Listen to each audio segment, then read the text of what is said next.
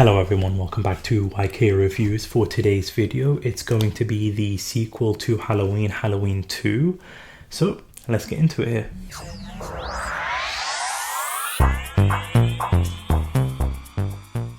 Now with Halloween 2, a little bit of behind the scenes, you've got John Carpenter and Deborah Hill.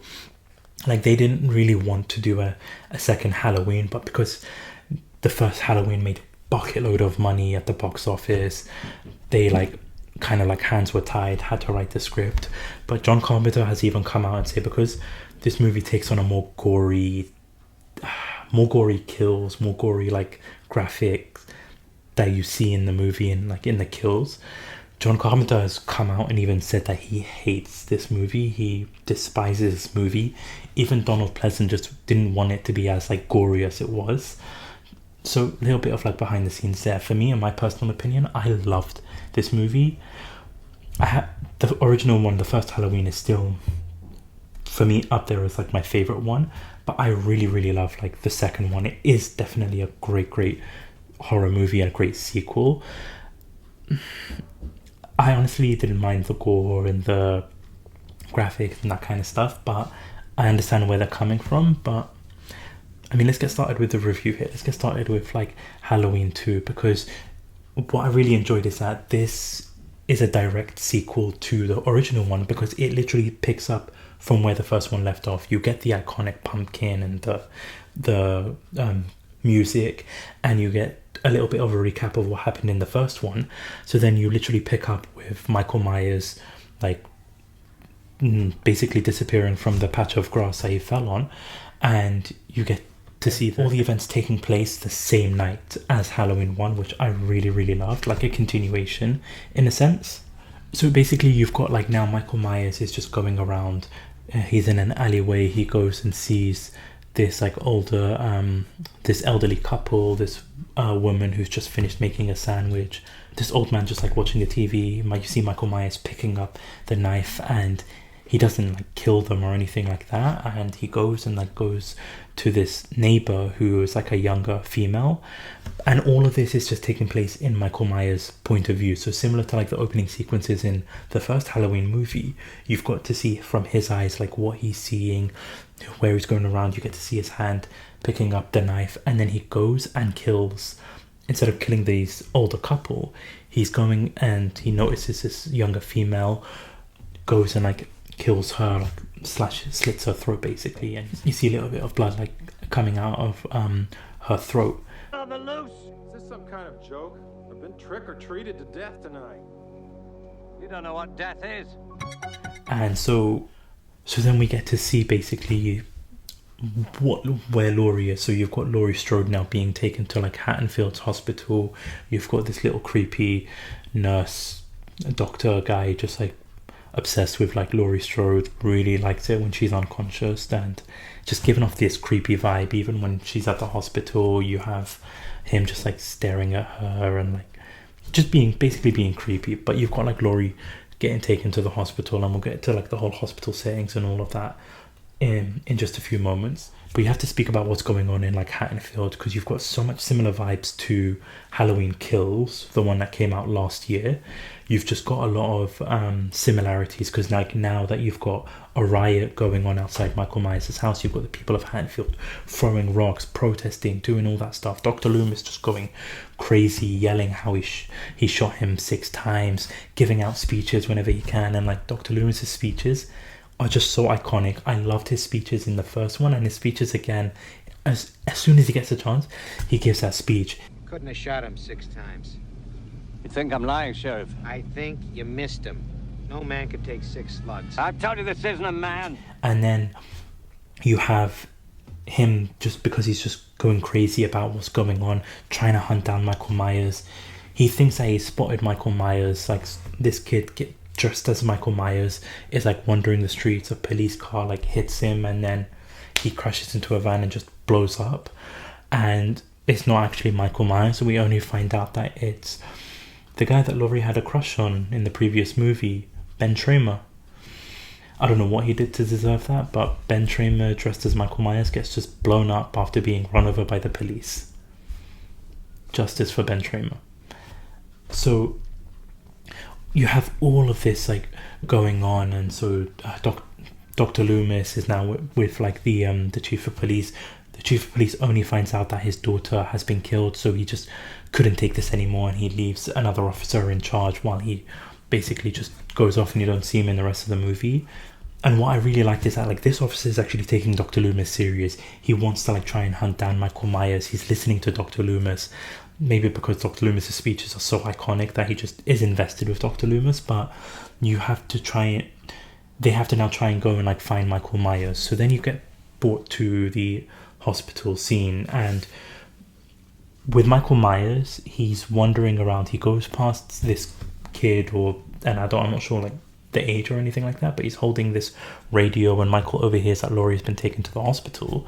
So now he's going to the hospital. And a bit of side note to that, there was one weird particular scene with this kid with a razor blade in his mouth going to the hospital.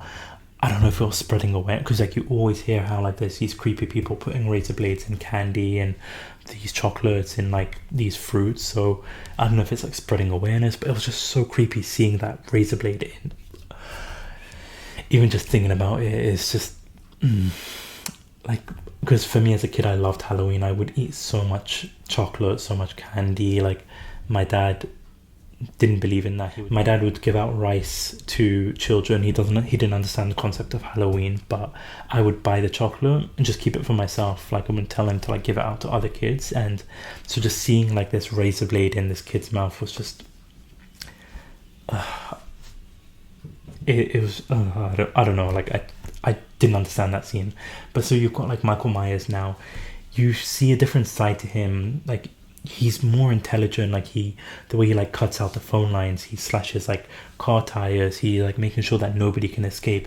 He gets to the hospital, the security guard finds out that somebody's broken into the hospital, and the way they lead up to that kill that Michael Myers does with the security guard, the tension, the drama, you can feel it. It's slowly building up to then eventually Michael Myers just killing him with the hammer. And then you just go like Michael just tears through the hospital. Like some of the kills like you see and some of them you don't see, but the ones that you see, like for example there's this couple, nurse and doctor, like they're in this like jacuzzi hot tub and Michael's turning up the heat, so the guy gets out and you just see him in the background getting like strangled by like Michael Myers, and then he gets a nurse and like burns her in this boiling water. Well, there's one scene where like this doctor has got like an injection in the eye, and he with another nurse he puts like an injection of air into her head. Another one is like he drips all her blood out. Like he's just going on a rampage, and like I loved what they did with that. So like I get where like John Carpenter and Donald Pleasant is coming from when it comes to like the kills, because like some of the kills were gory, like the one with the burning face and like the air in the head and that kind of stuff. But I really liked what they did with that. It was really, really great to see. And so you get to the next scene, you get Dr. Loomis and the other police officer now going into this school where they see that Michael Myers has like stabbed a picture of on a drawing and wrote on the wall in blood, Sam Hine. I know I'm mispronouncing it, but it's like written in blood, and apparently it's got like this lore of Halloween kind of stuff. So you've got them figuring out that he's in the hospital, so they go driving to the hospital, and then you have that scene which I think is what has ruined this movie for a lot of people, and why like the studio disregards this and doesn't consider this part of canon of right now. Is there's a file on Michael Myers that nobody knew about. That Strode girl, that's Michael Myers' sister. I have like mixed feelings towards that. Like I'm not 100% angry over that. Like I understand, because throughout the whole franchise you've got Michael versus Laurie Strode. You've got these two are so iconic with one another. I like how it would be like brother and sister, but I get like, because in the previous movie his motive is because she stepped on his property. I loved that motive, and so for this one it's that he's trying to kill off all his family members. I understand that it's not ideal in like a lot of people's eyes, but I feel like just because of that they shouldn't have ruled this out, because like the current movies right now that you've got, like the Halloween Kills, Halloween Ends. Halloween Kills is very similar to like the second Halloween movie, the hospital settings, the mob, like the kills that like Michael Myers does. So it would have been nice to include this movie in the canon, but I understand where they're coming from, and I get like if people don't like that little twist and that little reveal. For me, like I said, I'm not like 100% angry or 100% mad, or I'm not over the moon about it. I'm kind of like in the middle for that. But then because of that reveal, you have all of that drama going on. But then once Dr. Loomis gets into the hospital, because like you have Michael Myers finally finding Laurie, and like when he does, and when Laurie sees Michael Myers, he stabs his nurse in the back, lifting her up. Like the sheer strength of him is utterly ridiculous. So then you have this little chase sequence. Laurie escapes the hospital, she sees Dr. Loomis, she's trying to scream, but because of the medicine that she was on, like nothing would come out.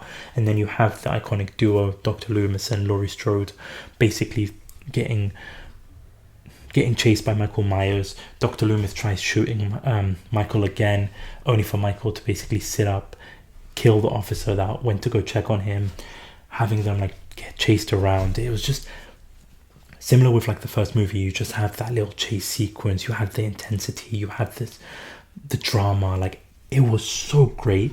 So then towards the end, like Michael just bursting through doors, and you get into the room with like Loomis giving Laurie a gun, because like at this point she's never held a gun, she's very innocent. So Michael Myers bursts through the door once again, stabs Dr. Loomis. I really thought he was dead, and I was so gutted to think that he was dead, because I love Dr. Loomis and I love his speeches every movie, so I didn't want him to die.